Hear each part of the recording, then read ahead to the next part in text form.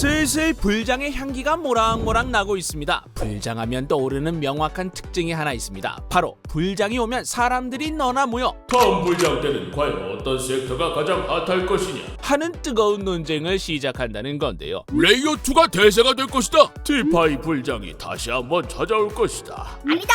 DID가 될 것이다! 등등 다양한 이야기가 나오고 있습니다만 이 논의에 있어 빠지지 않고 등장하는 섹터가 하나 있습니다. 바로 탈중앙 데이터 저장소 분산형 클라우드 섹터 말이죠. 파일코인을 필두로 항상 이야기되는 요 분산형 클라우드 섹터는 항상 먼 훗날 온 세상이 블록체인인 세상이 왔을 때 가장 먼저 빛날 분야 중 하나로 평가받고 있기도 한데요. 오늘은 그 중에서도 최근 심상치 않은 무빙을 보여주고 있는 스토리지에 대해 이야기해볼까 합니다. 과연 이 스토리지는 뭐 하는 코인인지 스토리지의 스토리 지금 바로 만나보도록 하겠습니다. 고고고!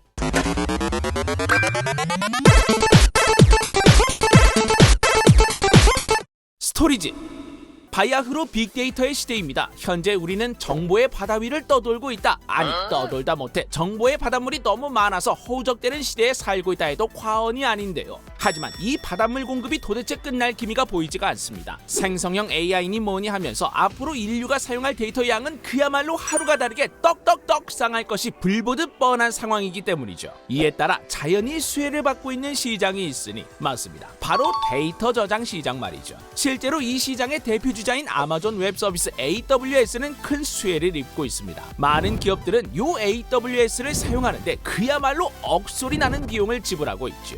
그렇다면 시장이 이렇게나 빠르게 커나가는데 이 데이터 저장 시장을 블록체인과 탈중앙 정신을 활용해 혁신할 수는 없을까요? 당연히 있습니다. 바로 탈중앙화 클라우드 스토리지 시스템을 활용하는 것이죠. 오늘 소개해드릴 스토리지가 바로 이러한 프로젝트입니다. 스토리지는 사용자들이 불필요한 중개인 없이 직접 데이터 저장 공간을 공유하고 데이터를 교환할 수 있도록 하기 위해 만들어진 오픈소스 플랫폼인데요. 이 스토리지의 시작을 살펴보자면 무려 2014년으로 거슬러 올라가야 합니다. 스토리지는 무려 2014년부터 프로젝트를 시작한 유서 깊은 코인입니다. 그 당시 스토리지는 퍼블릭 세일을 통해 당시 돈으로 910개의 비트코인 약 46만 달러 상당의 모금에 성공하며 프로젝트를 시작하게 되었죠. 이 돈을 활용해 스토리지 팀은 탈중앙화 피어투피어 암호화 클라우드 저장소 플랫폼을 만들고 싶어 했습니다. 이게 무슨 소리냐고요? 쉽게 말해 내가 저장하고 싶은 데이터를 남의 컴퓨터 저장소에 저장하고 그 보상을 지급하는 플랫폼을 만들고 싶어 했다.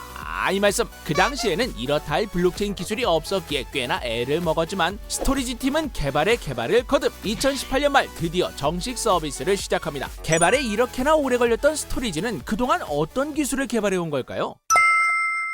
스토리지는 여러 장점을 가지고 있습니다. 데이터 스토리지 플랫폼으로서 갖춰야 할 기본적인 요소를 모두 갖추고 있죠. 먼저 중앙화된 주체가 없는 것이 가장 큰 장점입니다. 즉 그 데이터가 어떤 데이터인지 구애받지 않고 자유롭게 어떤 데이터든지 저장할 수 있습니다. 저도 우리 가족이 함께 쓰는 컴퓨터에 저장하기 애매한 영상을 스토리지를 활용해서 아닙니다. 거기에 스토리지는 제로 논리지, 즉 영지식 증명을 사용해 데이터를 저장하기에 보안 측면에서 매우 뛰어납니다. 내 컴퓨터에 다른 사람의 데이터가 저장되어 있다고 해도 절대로 해당 데이터를 뜯어볼 수 없다는 말씀. 뿐만 아니라 블록체인을 활용하기 때문에 거래 및 보상 체계를 투명하게 설계하고 이를 운용할 수 있습니다. 중간자에게 비싼 수수료를 물 일도 보상을 과도하게 많이 받거나 적게 받을 일도 없이 투명하게 비용 처리를 할 수 있다는 거죠. 하지만 누가 뭐래도 가장 강점은 바로 비용. 중앙화된 AWS 서비스에 비해 스토리지는 그 수수료가 무려 80% 수준으로 저렴합니다. 나중에 블록체인의 확장성과 대중화가 충분히 이루어진다면 요요 스토리지가 제공하는 탈중앙 데이터 저장 솔루션이 매우 가성비 좋고 효율적인 솔루션이 될 수 있다는 거죠. 그렇다면 이 스토리지 코인은 어떻게 쓰일까요? 고객들의 데이터를 저장할 수 있도록 본인의 저장 장치를 내어준 유저에게 보상으로 지급되고 있습니다. 참으로 직관적입니다. 실제로 이 스토리지는 다른 블록체인 프로젝트 대비 매우 활성화된 편에 속합니다. 전 세계 22,400여 개의 노드가 이미 활성화되어 있으며 무려 33.6 페타바이트에 달하는 데이터들이 이미 스토리지 서비스를 통해 저장되고 있지요. 데이터를 맡기고자 하는 유저들도 매우 저렴한 가격에 적극적으로 스토리지의 서비스를 사용하고 있다. 이 말씀 실제로 스토리지는 정말 다양한 컨퍼런스에 참여하며 본인들의 가치를 증명하기 위해 최선을 다하고 있습니다. 영차! 최근에는 탈중앙 스토리지 서비스를 통해 탄소 중립을 실현하자는 같은 환경적 어젠다까지 다루고 있죠. 나온 지도 오래됐고 그만큼 일도 꾸준하게 해오고 있는 프로젝트가 요 스토리지라 할 수 있겠죠.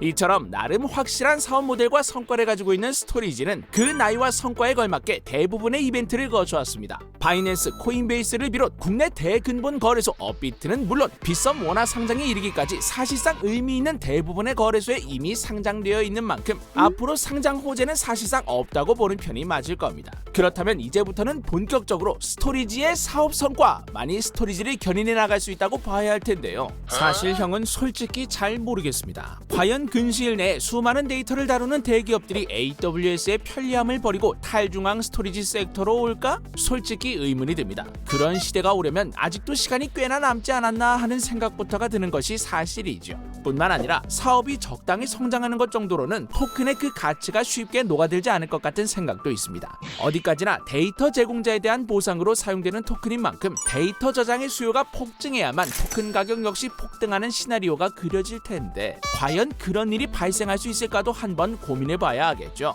거기에 이 탈중앙 데이터 스토리지의 대표주자인 파일코인이 떡하니 버티고 있기 때문에 설령 데이터 스토리지 섹터에 훈풍이 불더라도 차례를 좀 더 기다려야 하겠다는 생각도 듭니다. 과연 잘 될 수 있을지 지켜봐야 하겠습니다. 하지만 우리의 생각보다 훨씬 빠르게 이 데이터 저장 시장이 커나간다면 분명히 잠재력 있는 코인도 요 스토리지라 할 수 있겠습니다. 오늘은 스토리지에 대해 알아봤습니다. 이 스토리지는 개인적으로 장점이 뚜렷한 코인이라고 생각하고 있습니다. 토큰 유통 정보 및 향후 계획도 성실하게 발표하고 있고 사업 성과도 뚜렷하기 때문이죠. 방향성은 참 잘 잡은 코인이라는 생각이 듭니다. 저는 이렇게 스토리지처럼 진짜 일하는 게 눈에 보이는 프로젝트에 투자하는 것이 마음이 놓이는 편이기에 더더욱 그렇게 생각하지 않나 싶습니다. 과연 스토리지는 단순한 상장 펌핑 먹는 것에 그치는 프로젝트가 아닌 앞으로 사업을 훨씬 더 성공시키는 근본 프로젝트로 자리매김할 수 있을지 기대해보며 오늘 영상 마치겠습니다. 그럼 오늘도 한번 외쳐봅니다. 스토리지 가자!